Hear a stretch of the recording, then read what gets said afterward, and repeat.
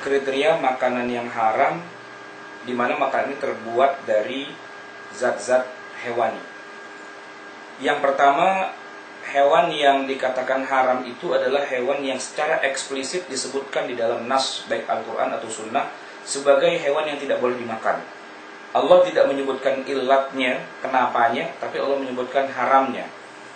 Di antaranya adalah babi.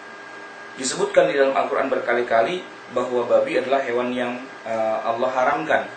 Hurrimat alaikumul maitatu waddamu walahmul khinzir, dan seterusnya. Diharamkan bagimu bangkai, darah, dan daging babi.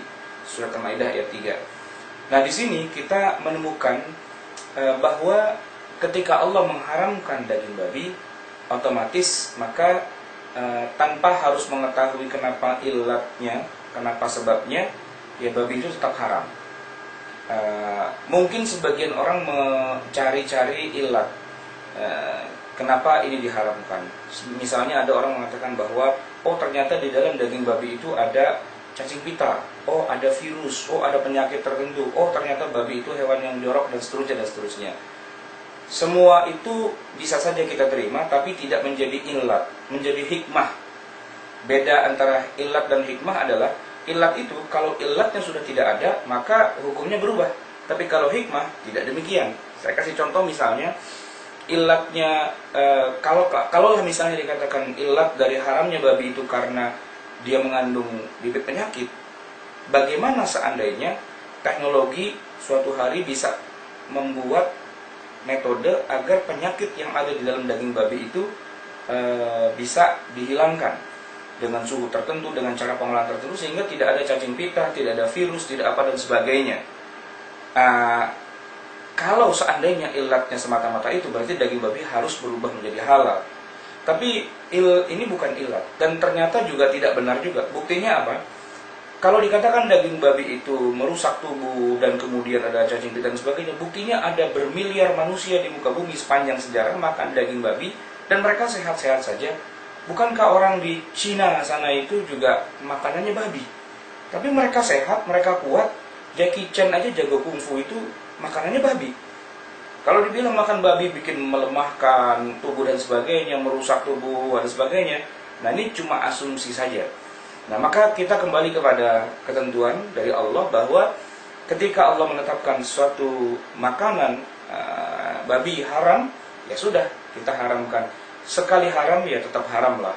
Mau diubah seperti apapun, selama dia masih babi, maka dia adalah makanan yang haram.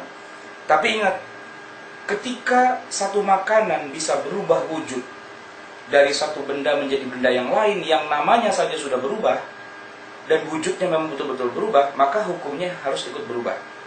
Contohnya tadi daging babi itu. Kalau ada babi berubah wujud menjadi benda yang lain, ini bukan babi siluman ya, tapi berubah wujud yang betulan. Babi mati, dikubur. Lalu di atas kuburnya itu ditanam pohon singkong. Umbinya subur karena dia menyerap makanan dari bangkai babi itu. Nah, kalau singkongnya ini kemudian kita rebus, dimakan hangat-hangat pakai kelapa dan gula Jawa, pertanyaannya adalah, apakah singkong ini halal atau haram? Ya, jawabannya halal. Kenapa? Karena yang kita makan adalah singkong. Yang kita makan bukan babi. Dan singkongnya pun rasanya rasa singkong, tidak singkong rasa babi. Nah, maka walaupun kita tahu bahwa singkong ini tumbuh di tanah yang asalnya dari babi, tapi ketika dia sudah mengalami perubahan wujud, ya sudah, berarti dia sudah bukan babi lagi.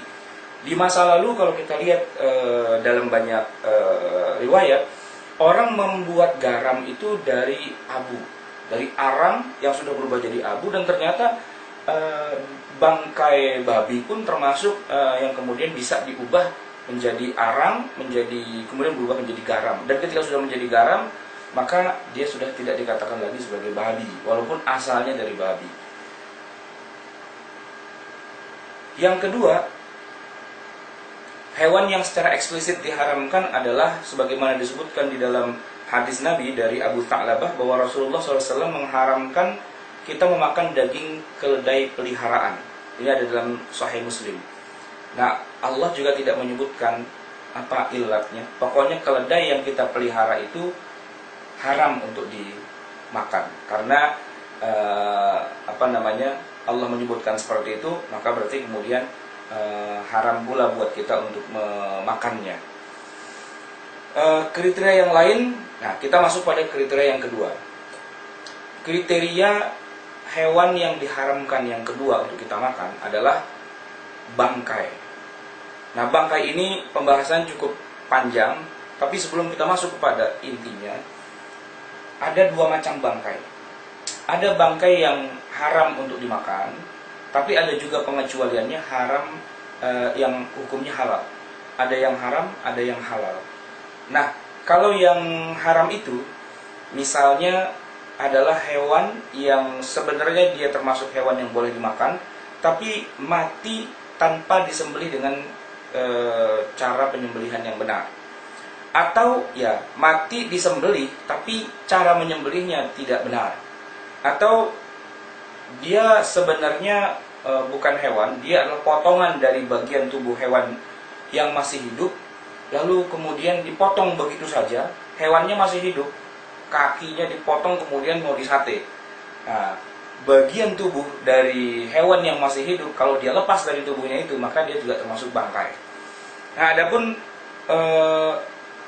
hewan yang halal, Rasulullah SAW sudah menyebutkan, uhillat lana maitatan. Ada dua jenis bangkai yang halal, yaitu yang pertama adalah ikan, ya, al-hutu wal jarad.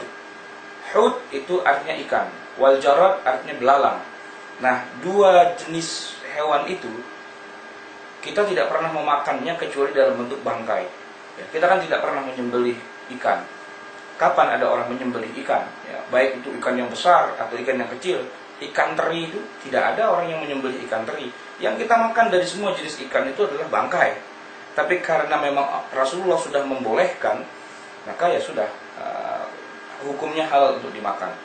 Begitu juga dengan belalang, ya, hewan yang tanpa darah itu boleh dimakan begitu saja tanpa harus disembelih. Nah, kalau kita bicara tentang penyembelihan yang syar'i, paling tidak ada 4 poin yang harus diperhatikan agar penyembelihan itu sah di dalam syariat Islam. Yang pertama adalah niatnya tidak boleh untuk jadi persembahan kepada katakanlah berhala, kepada roh, kepada setan, jin, dan berbagai macam hal. Ya, tidak boleh untuk persembahan kepada makhluk-makhluk. Dia hanya boleh disembelih karena Allah saja, yang artinya kita untuk makan, untuk keperluan dan sebagainya, tapi bukan untuk persembahan. Maka sesajen itu, walaupun yang menyembelih itu orang Islam, tapi karena niatnya untuk diberikan sebagai sesaji kepada roh tertentu, kepada jin tertentu dan sebagainya, maka itu hukumnya haram. Sebab ada ayat yang menyebutkan wa ma uhilla li ghairillahi bihi, yang disembelih untuk yang selain Allah. Nah, itu termasuk di dalamnya sesaji. Termasuk kerbau yang disembelih untuk kepalanya ditanam sebelum sebuah gedung didirikan, jembatan, bendungan dan sebagainya. Kepercayaan seperti itu kadang-kadang masih kita lihat. Nah, diniatkan kerbau atau sapi itu disembelih untuk dipersembahkan kepada penunggu dari gedung-gedung itu, ya, agar tidak terjadi kecelakaan dan sebagainya. Itu termasuk yang diharamkan. Kenapa? Karena niatnya disembelih bukan karena Allah. Kemudian kriteria yang kedua dari penyembelihan yang harus kita perhatikan adalah dari sisi sang penyembelihnya sendiri. Syaratnya penyembelihnya ini agamanya harus Islam atau minimal dia ahli kitab, sebagaimana disebutkan di dalam Al-Quranul Karim, bahwa sembelihan ahli kitab itu hukumnya halal buat kita.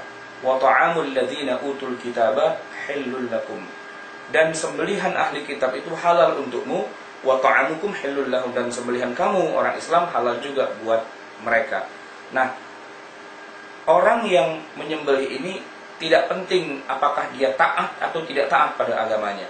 Seorang Islam yang mengaku beragama Islam, yang penting statusnya dia muslim. Bahwa kemudian dia katakanlah banyak bikin dosa atau banyak tidak mengerjakan kewajiban dan sebagainya, itu tidak terlalu berpengaruh kepada sah atau tidak sahnya penyembelihan. Begitu juga orang-orang Yahudi dan Nasrani yang kita sebut sebagai ahli kitab. Mungkin mereka tidak pernah ke gereja, tidak pernah membaca Injil dan sebagainya, tapi itu tidak penting. Yang penting ketika kita tanya pada mereka, apa agamamu? Dia jawab, saya beragama Kristen, saya beragama Yahudi. Dan Yahudi atau Nasrani, ya, Kristen itu, ya mereka adalah ahli kitab, baik di zaman Nabi ataupun di zaman sekarang. Kenapa di zaman sekarang masih kita sebut sebagai ahli kitab? Karena begini, memang ada sebagian orang yang mengatakan bahwa orang di zaman sekarang yang Kristen dan yang Yahudi itu tidak bisa disebut sebagai ahli kitab karena alasannya, karena yang sekarang ini sudah terlalu banyak menyeleweng, sudah terlalu banyak menyimpang. Misalnya mereka sudah menyembah selain Allah, misalnya mereka sudah mengganti ayat-ayat Allah dalam kitab suci mereka. Nah, saya katakan bahwa sebenarnya apa yang mereka lakukan pada hari ini sudah mereka lakukan juga pada zaman Nabi. Bukankah orang-orang Kristen di masa Rasulullah itu mereka juga sudah menyembah Nabi Isa, sudah menyembah Uzair. Orang Yahudi menyembah Uzair dan orang Kristen menyembah Nabi Isa. Itu sudah terjadi di zaman Rasulullah SAW. Karena sidang konsil itu terjadi pada abad kedua Masehi. Rasulullah dilahirkan pada abad ke-6 Masehi. Artinya apa? Jauh sebelum Rasulullah lahir, sebelum turun agama Islam, mereka memang sudah menyembah berhala, sudah politeis, sudah ada trinitas, sudah mengganti Injil dan Taurat, dan sudah rusak begitu. Nah, tapi oleh Rasulullah mereka tetap dianggap sebagai ahli kitab, gitu. Dan tidak ada bedanya dengan yang hari ini. Ada juga orang yang mengatakan bahwa yang ahli kitab itu hanyalah yang darahnya dari keturunan Bani Israel saja. Tapi pendapat ini ada kelemahannya. Yaitu apa? Di masa Rasulullah, yang menganut agama Kristen itu bukan hanya orang-orang yang tinggal di Baitul Maqdis saja.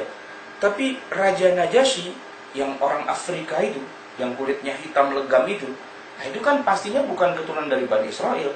Orang dia rasnya ras Afrika. Dia beragama Nasrani, dan Rasulullah SAW memperlakukan dia dan orang-orang yang ada di Habasyah itu sebagai diperlakukan sebagai orang Nasrani.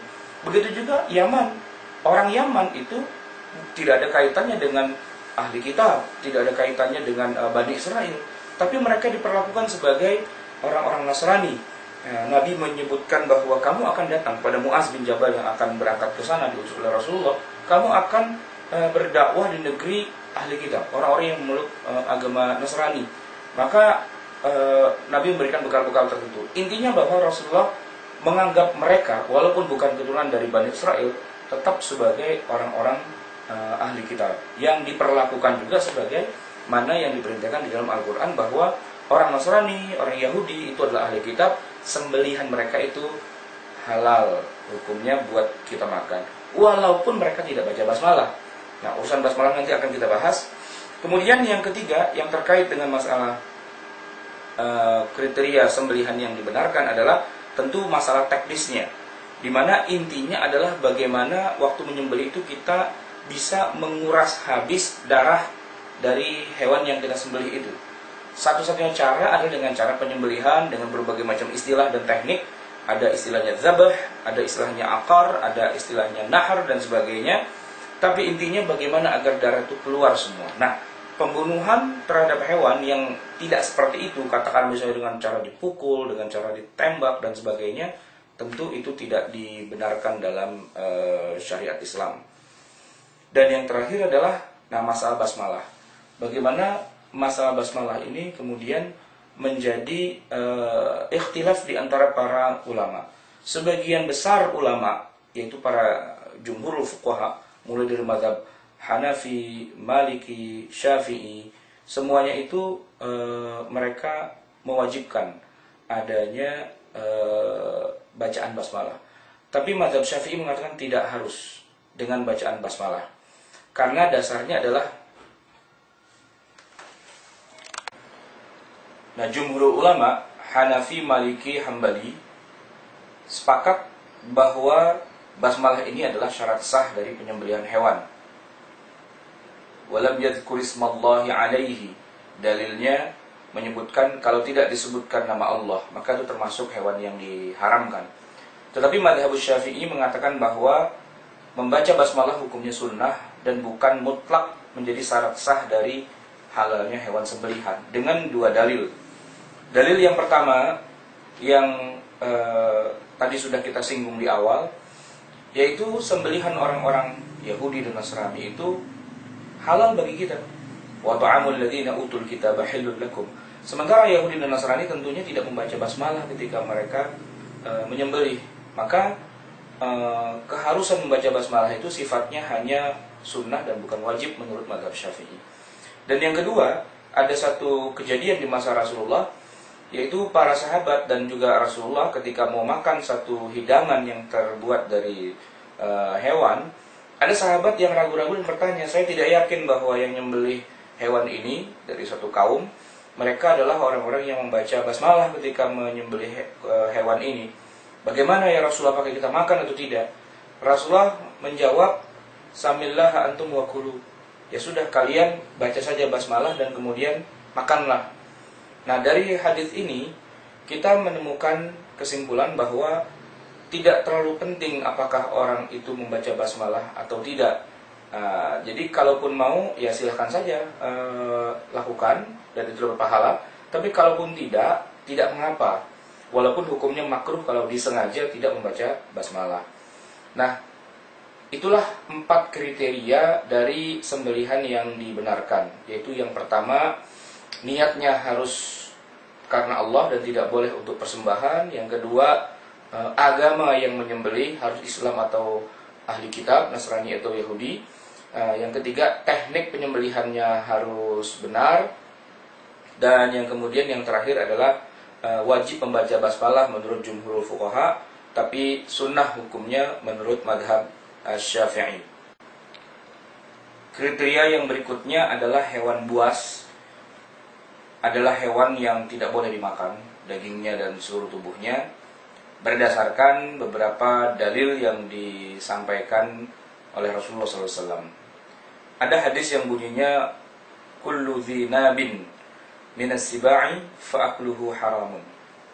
Semua hewan buas yang punya taring, maka memakannya adalah haram. Taring di sini maksudnya bukan sekedar gigi taring, tapi taring di sini maksudnya adalah hewan itu hewan yang buas menggunakan taringnya untuk membunuh mangsanya, bahkan mengoyak dagingnya. Artinya dia memang hewan buas pemakan daging. Dan juga ada hadis yang lain bunyinya wa kullu dzi mikhlabin minat tayri, dan semua yang punya cakar dari jenis burung atau unggas. Nah, cakar di sini beda dengan ceker. Ayam itu termasuk minat tayr, tetapi ayam itu walaupun dia punya kuku, kukunya tidak digunakan untuk membunuh mangsanya, tidak digunakan untuk mencabik-cabik buruannya, tapi kakinya digunakan, cekernya itu untuk mengais-ngais tanah, mencari makanan. Ayam tidak termasuk hewan buas, tapi burung elang, burung raja wali dan sebagainya, nah itu adalah burung-burung pemakan binatang lain, karnivora atau binatang buas. Maka termasuk dalam kriteria hewan yang diharamkan buat kita untuk memakannya. Kriteria yang berikutnya lagi dari hewan yang diharamkan kita untuk memakannya adalah manakala ada perintah bagi kita untuk membunuh hewan tersebut. Tentu ada alasan kenapa hewan itu harus dibunuh. Tidak semata-mata kita iseng-iseng cari hewan itu untuk sekedar dibunuh. Tapi hewan ini berbahaya, baik pada keselamatan kita, nyawa, atau mungkin juga dia bisa menyakiti kita dengan penyakit yang ditularkan dan seterusnya. Maka ada sebuah hadis yang sahih yang diriwayatkan oleh Imam Bukhari dan Imam Muslim dalam kedua hadis sahih mereka. Khamsun minal fawasiq. Ada 5 jenis hewan yang disebut fawasiq. Fawasiq ini jamak dari fasik. Fasik itu secara bahasa artinya yang keluar. Orang fasik dalam Islam itu adalah orang yang keluar dari kewajiban-kewajiban agama Islam. Harusnya dia sholat, dia tidak kerjakan sholat. Harusnya dia puasa atau zakat, dia tidak kerjakan. Itu orang fasik. Bukan keluar dari agama Islam, tapi keluar dari kewajiban mengerjakannya. Secara status dia masih Islam. Nah, khamsun fawasik, hewan yang dikatakan fawasik ini yang keluar dari aturan kebiasaannya, entah karena mereka buas dan membahayakan manusia, ataupun juga karena ada perintah kalau kita berhadapan dengan mereka dan jiwa kita terancam atau keselamatan kita terancam, kita dibolehkan untuk membunuhnya. Bahkan dibolehkan untuk membunuhnya ketika kita sedang ihram di tanah haram. Padahal kan yang namanya orang sedang ihram itu tidak boleh membunuh, tidak boleh menghilangkan nyawa, sekedar menggaruk-garuk kepala saja itu saja sudah harus hati-hati agar rambutnya tidak rontok. Tapi begitu ketemu dengan salah satu dari hewan ini, kita boleh atau malah diperintahkan untuk membunuhnya. Yuqtalna fil haram, kata Nabi. Dia dibunuh di tanah haram walaupun dalam keadaan ihram. Apa itu? Al-fa'ratu wal aqrab. Al-fa'rah tikus, wal aqrab kalajengking. Ya, tikus kita tahu dia banyak merusak, banyak menyebarkan penyakit dan sebagainya. Wal aqrab kalajengking jelas bisanya itu bisa sampai mematikan manusia. Wal hudayya wal ghurabu wal kalbul akur. Al hudayya itu adalah elang, kemudian al ghurab itu burung gagak, wal kalbul akur dan anjing akur. Ini hadis yang diriwayatkan oleh Bukhari dan Muslim. Nah, para ulama agak sedikit berbeda tentang makna al-kalbul akur. Sebagiannya mengatakan maknanya adalah anjing yang warnanya hitam. Tapi sebagian lagi mengatakan itu adalah anjing yang memakan hewan lainnya atau anjing yang buas gitu. Dan sebagian ulama lagi mengatakan bukan hanya terbatas anjing, tapi intinya kalau dia hewan buas. Jadi termasuk di dalamnya nanti ada serigala, ataukah musang, atau macan, dan sebagainya. Dia berbahaya buat kita, walaupun kita sedang ihram, maka kita boleh untuk membunuhnya. Judulnya bukan berburu, tapi judulnya adalah menyelamatkan diri. Nah, hewan-hewan itu kita diperintah untuk membunuhnya, maka haram hukumnya kita untuk memakan hewan tersebut. Kriteria yang berikutnya lagi adalah yang justru kita dilarang untuk membunuhnya. Antara lain adalah hewan yang disebutkan oleh dalam sebuah hadis disebutkan ada seorang tabib, seorang dokter di masa Rasulullah datang kepada beliau bertanya tentang anid difda, tentang seekor katak. Yaj'aluha fi dawain, yang dijadikan ramuan dalam obat. Dia biasa mengobati orang dan salah satu ramuannya adalah daging kodok, katak. Dan ketika dia bertemu dengan Nabi ditanya tentang itu dan Nabi pun menjawab bahwa itu tidak boleh. Fanahahu an qatliha, tidak boleh membunuh kodok atau katak. Nah, maka kodok itu menjadi haram dimakan dengan dasar hadis ini. Hadis yang diriwayatkan oleh Imam Ahmad, Al-Hakim dan An-Nasa'i. Tentang contohnya adalah kodok.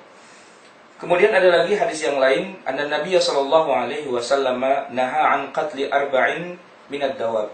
Nabi melarang kita untuk membunuh 4 macam dari hewan yang melata. Apa itu? An-namlah wan nahlah wal hudhud was surad. Yang pertama namlah itu semut, kemudian nahlah lebah, wal hudhud burung. Hudhud kita kenal burungnya Nabi Sulaiman itu namanya hudhud, disebutkan dalam Al-Qur'an. Was surad, burung surat. Nah, ini adalah bentuk gambar dari surat dan burung hudhud.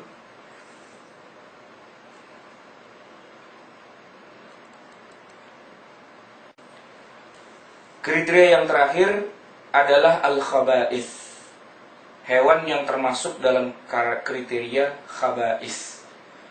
Dengan dalil wa yuhallilu 'alaihimut thayyibat wa yuharrimu 'alaihimul khaba'ith. Allah menghalalkan bagi mereka yang baik-baik dan mengharamkan bagi mereka al-khaba'ith. Yang jadi pertanyaan adalah apa makna khaba'ith itu? Para ulama berbeda pendapat. Khaba'ith ada yang menafsirkan segala hewan yang menjijikkan. Jadi kalau melihat hewan itu kita udah gelik duluan, maka itu adalah hewan yang tidak boleh dimakan. Tapi ini dibantah oleh ulama yang lain karena menjijikkan itu kan sifatnya relatif. Ada orang yang melihat satu hewan dan dia jijik, tapi ada orang lain melihat hewan itu dia tidak jijik. Nah, kalau masalah jijik ini dijadikan sebagai dasar, tentu sangat subjektif. Nah, kemudian ada yang mengatakan yang dikatakan menjijikkan itu standarnya adalah orang Arab. Kalau orang Arab menganggap hewan itu menjijikkan, maka itu tidak boleh kita makan. Tapi kalau orang Arab tidak memandangnya menjijikkan, maka boleh kita makan. Tapi standar itu pun juga bermasalah lagi. Orang Arab yang mana dulu? Sekarang orang Arab banyak. Di Tanah Abang juga ada orang Arab. Ada sebagian ulama lagi yang mengartikan bahwa yang dimaksud dengan sebagian ulama yang lain mengatakan bahwa khaba'is itu maknanya adalah hewan yang makan makanan yang najis. Ada jenis hewan tertentu, katakanlah ayam, itu kadang-kadang makan benda najis. Ikan lele, makan benda najis. Nah, itu dikatakan sebagai khaba'is.